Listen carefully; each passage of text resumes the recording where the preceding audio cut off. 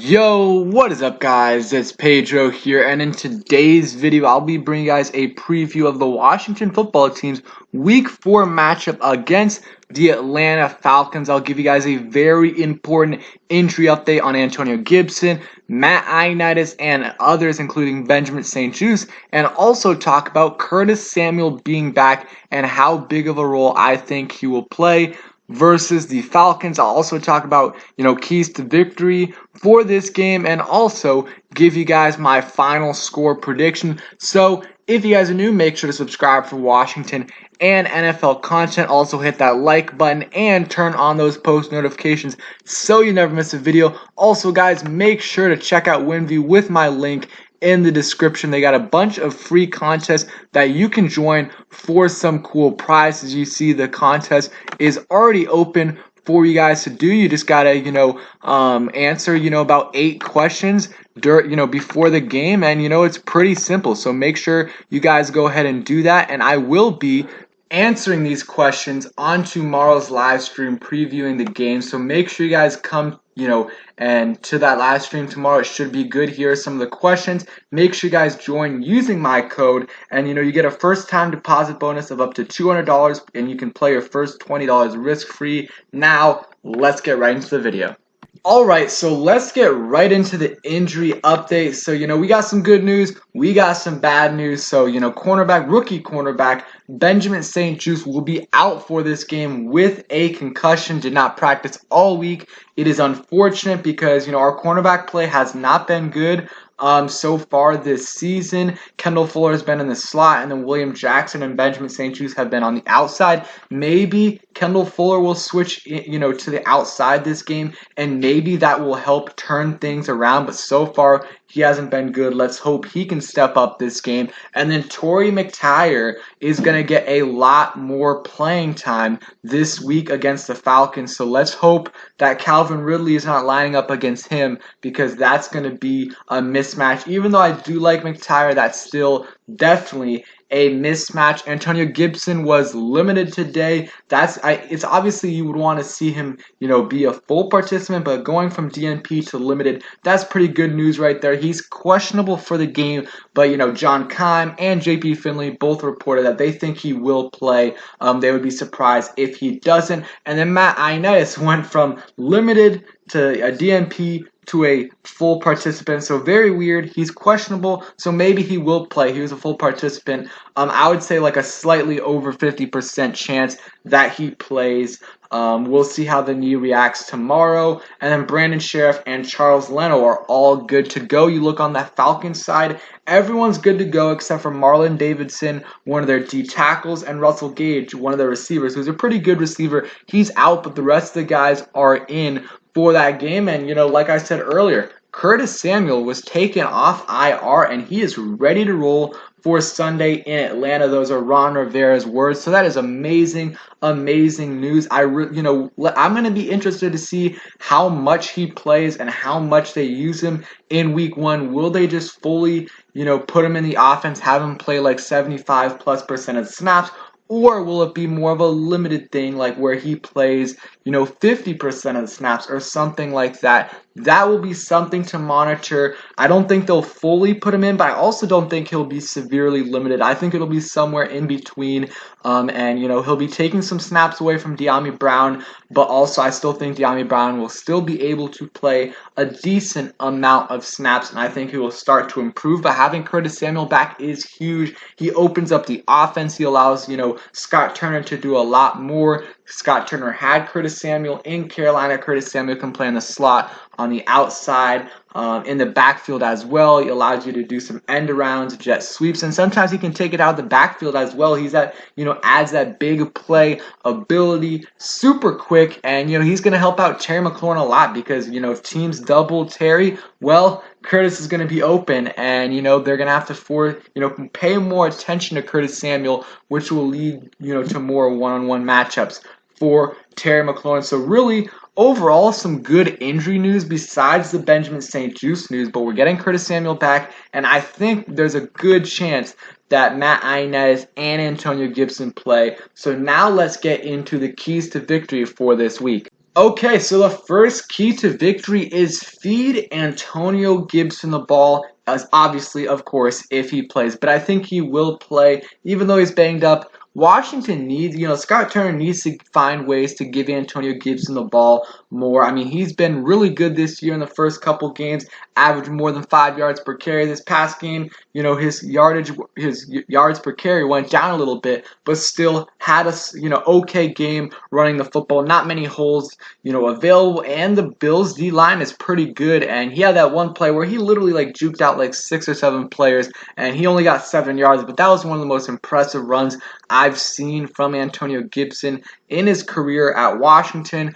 And then he also had the great, catch, 73-yard catch, and that was one of 2 targets that he had. The other one he did drop, but still, he was wide open. He should have caught it, but it would have resulted in a touchdown as well. So, I mean, Scott Turner needs to find ways to give Antonio Gibson the ball more, especially as a pass catcher. But I want to see, Antonio Gibson against this Falcons defense, which is not great. They got a great defensive lineman in Grady Jarrett, but besides that, no one's super, super impressive on their defense. They got a couple of young players, A.J. Terrell. They got, Deion Jones isn't young, but he's a solid linebacker. They've got some pieces there, but I feel like we should be able to run on them, especially on the outside. Give Antonio Gibson at the minimum, 16 carries and 4 or 5 targets, but I'm hoping he gets 20 total touches. So 16, 17 carries and a few plus, 3 or 4 plus catches. We need Gibson to get the ball more. I mean, I think that'll help out the offense a ton. He's been really good this year. And yeah, let's hope they do that. So another one, key to victory is, Chase Young, the defensive line, but specifically Chase Young, they need to step up this game and, just show out a statement game. They haven't been great this year, especially Chase Young. He's made some good plays. But he hasn't made any wow plays. He hasn't made any plays that really impacted the game. No turnover, no pressures that force big turnovers, no forced fumbles, no sacks. So hopefully he can do that in this game. And also the other defensive linemen as well, Montez Sweat, Deron Payne, and Jonathan Allen. Let's hope they can step up because, they've been, decent this year. But that's not good enough. That is not good enough considering, most of us think they're the most talented defensive line in football, if not most, top 3 at the very least, and they have not been close to that this year. They do need help from their middle linebacker or their linebackers behind them and their safeties, but they have not been up to the level that we thought they were going to be this year, nowhere near that. So they need to step up this game and, play really, really well and get some pressure on Matt Ryan. They should be able to. Matt Ryan is super slow. He's pretty old as well. They should be able to get to him. And, if Matt Ryan is evading pressure from this line, and, moving up in the pocket and not getting sacked, that is very concerning. Next key to victory is we have to be able to contain Calvin Ridley and, Kyle Pitts, especially on third downs. But, both of them have, they've been okay so far, but they've been a little bit underwhelming. They haven't had huge games so far. It's only been 3 weeks. Both of them are great players. I feel like that definitely could change this week against this defense. All it takes is one blown coverage, and Calvin Ridley is gone. He's taken that to the house. And, William Jackson has had a few blown coverages. Benjamin St-Juste has had one. Kendall Fuller has had some as well. So we can't have that in this game. If we do, Calvin Ridley is going to make us pay. And Matt Ryan, he obviously isn't the level of quarterback he was 4 or 5 years ago, but he's still a super smart quarterback. He's a veteran guy. He's going to get the ball to his playmakers, especially when they're open. We cannot have these blown coverages against the Falcons when they got 2 playmakers on that offense in Calvin Ridley and Kyle Pitts. So we got to be able to contain them, and especially on third down. So many 3rd and 10 pluses this year that we've allowed them, other teams to convert. Let's hope our defense can show out this game. Another one is, this is for Taylor Heineke.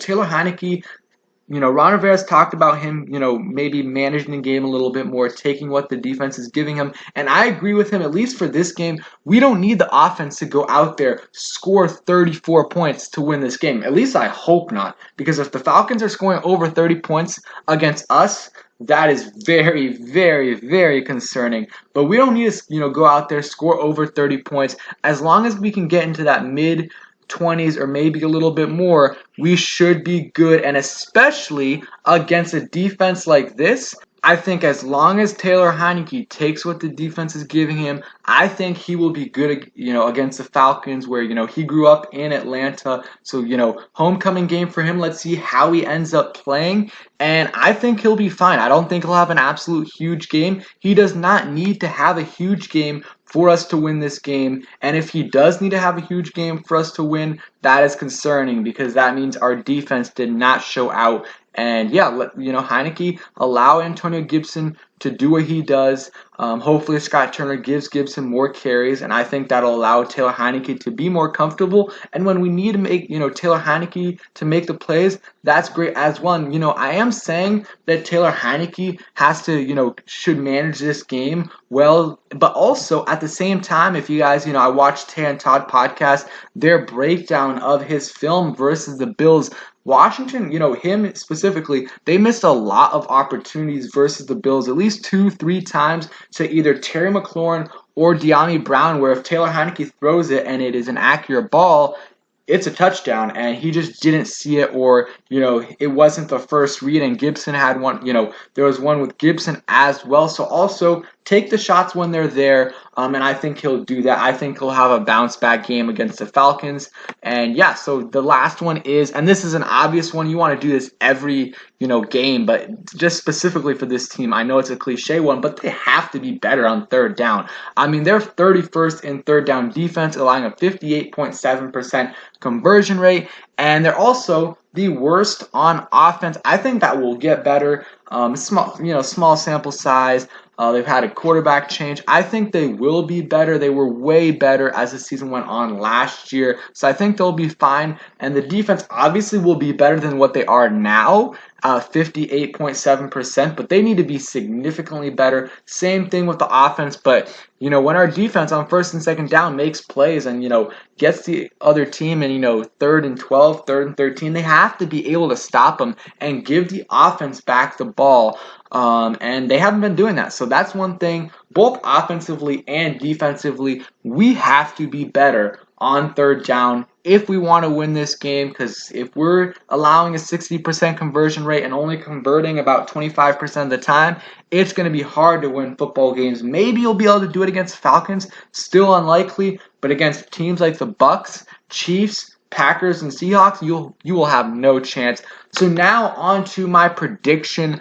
I think it'll be a relatively, somewhat competitive game. Not, very competitive, but I'm going to have Washington winning 27-20. I was going to say 27-17, but I don't have that much trust in Washington's defense. I think Chase Young will have a solid game, and I think Antonio Gibson, as long as he plays, will have over 100 yards. All-purpose this game. He'll have a pretty big game. And I'm excited to see Curtis Samuel. I'm excited to see this, team overall. Hopefully they can bounce back. They put in some extra work on Wednesday and Thursday. And let's hope they can be 2-2 by, Sunday night. So yeah, thank you guys for watching. Hope you guys enjoyed the video. If you did, please hit that like button. Subscribe if you guys are new, and turn on those notifications so you never miss a video. Also, guys, like I said, make sure you guys check out Windview. Use the link in the description. And also, join my league. Just, gotta send me your ID. And yeah, thanks for watching and peace.